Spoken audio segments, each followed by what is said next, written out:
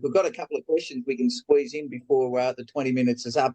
I'll just start with, there's a couple of questions in the general sort of ideas that we're going, excuse my doorbell ringing in the background there. Perfect timing. Does Ionic require 100% of the land acquisition to get the mining license approval, or can they get it done with the 95%? Yeah, so this has been a bit of a moving feast for us. We've been engaging with the Ugandan government. We've been told now that 95% is more than adequate now to satisfy the requirements for the mining licence.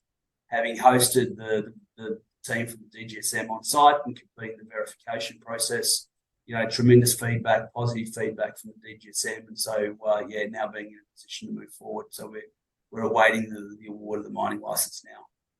And look, there was another couple of just questions, and I've sort of combined them into one. And what's your view on the timing on things on that front? Good question, Michael. I mean, I've been waiting a long time. I'm a very patient man, but patience is, being tested through this process. We're working with the Ugandan government to make sure. I mean, this is the first major mining licence that's been awarded under the new Act and the regulations. So working closely with them, we expect it to come through very, very shortly. We're building the demonstration plant now. There's a number of other things that are moving quite positively with regards to the project. So we do have a very strong support from the Ugandan government. And so whilst I appreciate everybody's patience is being tested, we do expect that ML to come through shortly.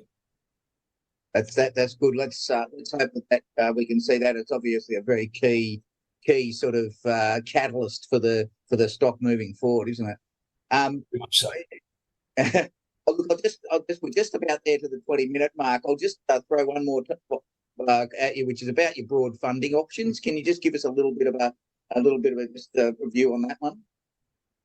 Yeah. So given where we are in the supply chain and the critical importance of this material into sovereign capability across the US, Europe, Japan, Korea, to name but a few markets, there is significant interest from strategic parties, potential strategic partners to come in and help us develop the site, develop the project in order to get our mixed rare earth carbonate from Makuutu into those advanced manufacturing environments. So, we've been running a strategic partnering process for some time.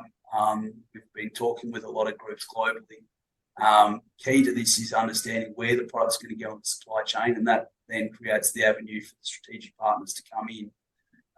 We are waiting on a number of catalysts there. Obviously, the mining license is a big step for us, but also production of mixed rare earth carbonate in the new year. We do see as being, again, two big catalysts that enable us to move forward. And I think the other thing that's important is to be able to speak for more than 60% of the asset. So, at the moment, we own 60% of Makuutu. We've been in discussions with our partners for some time, and hopefully in the near term, we're able to clean up the ownership. And again, these are key milestones for us to be able to engage with the supply chain. Excellent.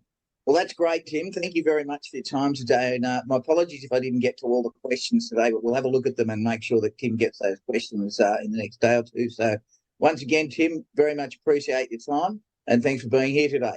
Thank you, Michael.